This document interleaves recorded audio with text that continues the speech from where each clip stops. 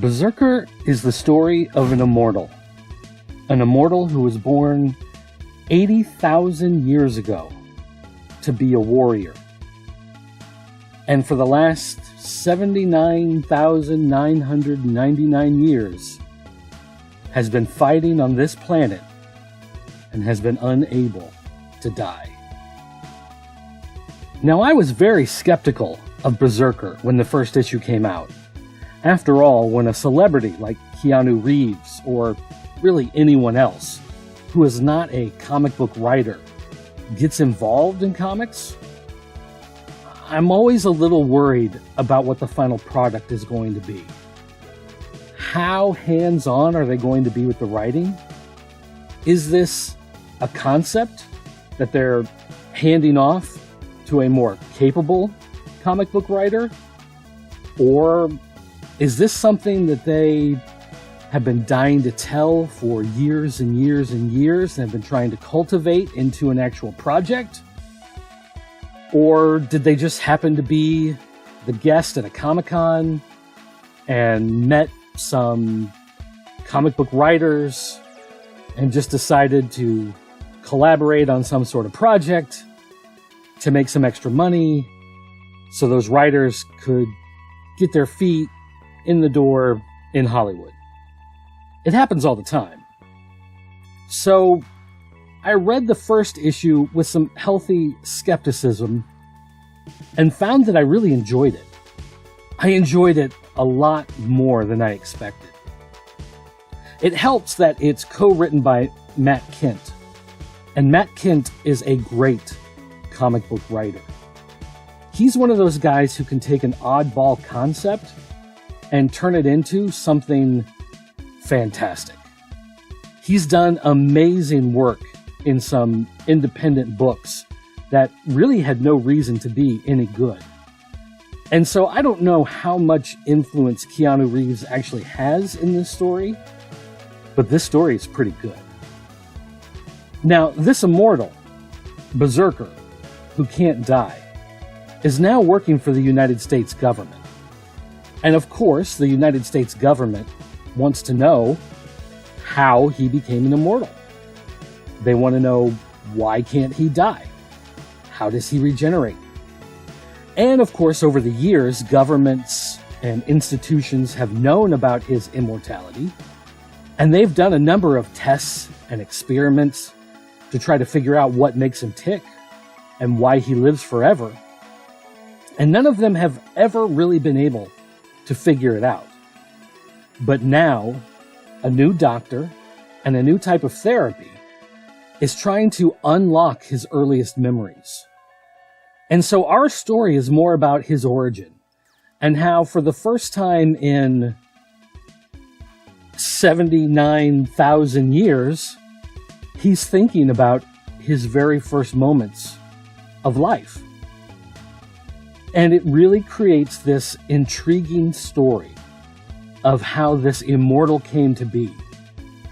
But it also reminds us that as much as we see life as being precious, he really now looks forward to death.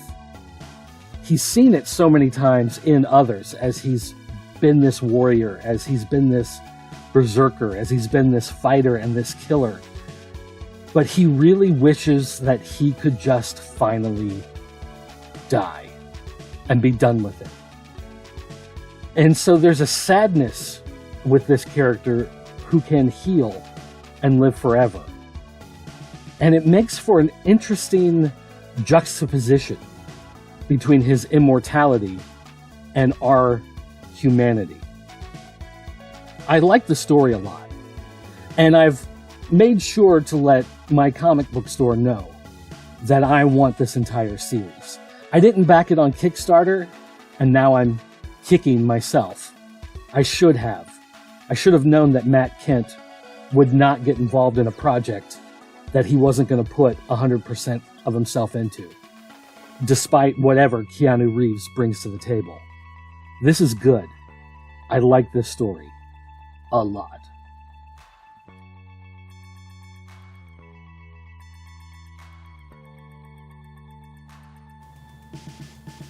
The artwork in this story comes to us from Ron Garney, and it's colored by Bill Crabtree. Now, Ron Garney is one of those comic book artists best known for his work for Marvel in the late 90s, for books like Captain America and Ghost Rider and Hulk. And he was known for having sort of this kind of classic but plain comic book style.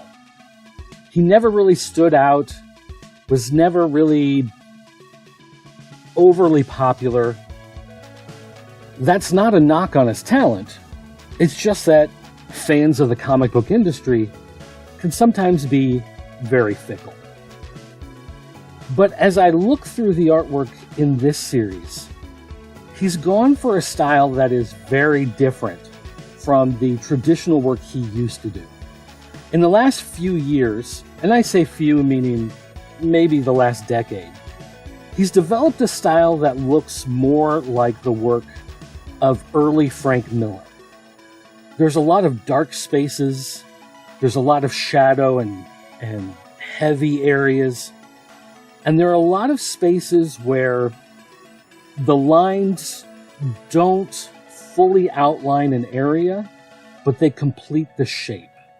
If you're familiar with the artwork of guys like Walt Simonson, or Keith Giffen, or even the aforementioned Frank Miller, you know what I'm talking about. It's stylized, it has a lot of harsh edges, a lot of roughness, and it fits very well for a book like this. It's grungy, it's tough, and there's a lot of blood and gore and violence, especially because it's a book about an immortal warrior who's been killing for 80,000 years on planet Earth.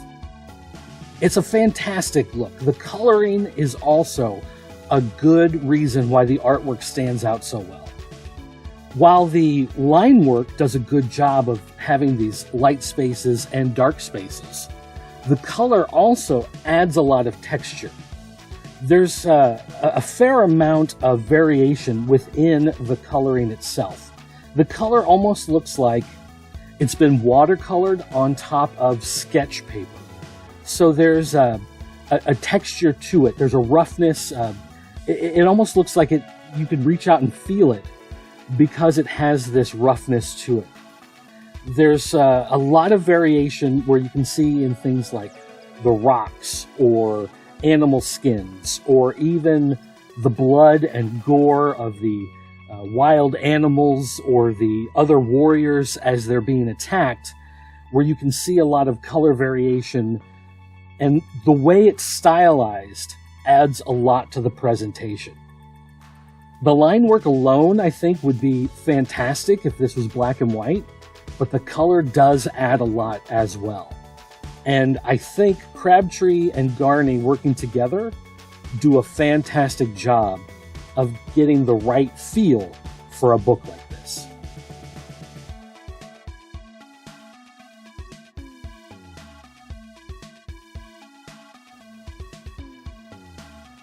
One thing I enjoy about the presentation of the book comes in the fact that it's sold with various covers. Now, multiple covers in the comic book industry is nothing new. However, with Berserker, they come with standard covers and then a premium cover. Now, the standard covers come at the industry standard price of $3.99.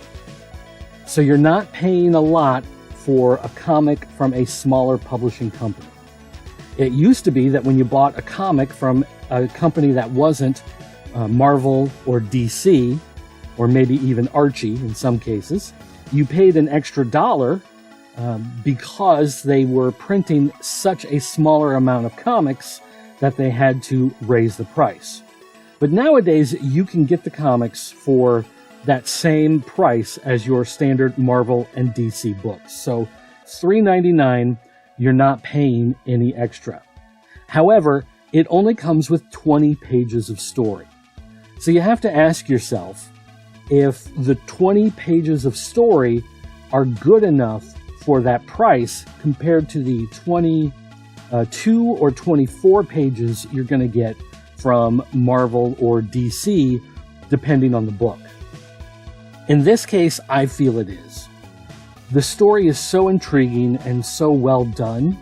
The artwork is so fantastic and so well rendered and presented that I think, even with losing those few pages, the story you're getting is worth the price. Plus, Boom has a tendency to put a preview for another book in the back. Usually about 5 or 6 pages of an upcoming book that they want to highlight as a preview, as sort of an intro backup story, if you will. So you do get a little bit of something extra unrelated to your main story, but it is something to consider. You are getting a little taste of some extra entertainment in the back of the book. And I do think that does add to the overall value proposition, as opposed to some other companies that are only filling it with some ads and maybe a full-page ad for some new album you can download off of iTunes or some new movie that's going to premiere. Having those extra pages does mean something, but the main story itself, I feel, is worth the price. The premium cover is $4.99. In this case, for issue number 2, it's a foil variant, where a piece of artwork is displayed on top of a shiny foil background. It's clear-coated, it looks pretty, it looks nice, it's a fine collectible to add to your collection, and I like this book enough so far that I have bought both a standard cover and a premium cover for both the first 2 issues. Now, there are 2 standard covers and a premium foil cover for both the first 2 issues, and I've only bought a single regular. So I'm not going too far overboard buying all 3 covers, but it is a little awkward to buy 2 covers of the single book that you're reading. But I like it enough, and I like the presentation of the artwork on both covers, that so far I've bought 2 copies of each book. I feel like the value is there.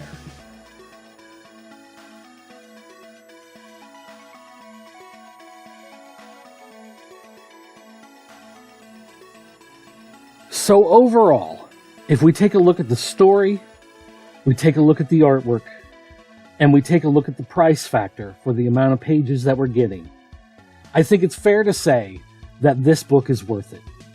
For $4 an issue, it's hard to find something as entertaining on the racks as Berserker has been for these 2 issues. Now, how is it going to play out over the run of the entire series? Who knows? Who knows how much involvement Keanu Reeves actually has in the series? I don't know. Who knows if this series will continue after this initial run? No idea. But for now, I can safely say that this series has quickly become one of my favorites.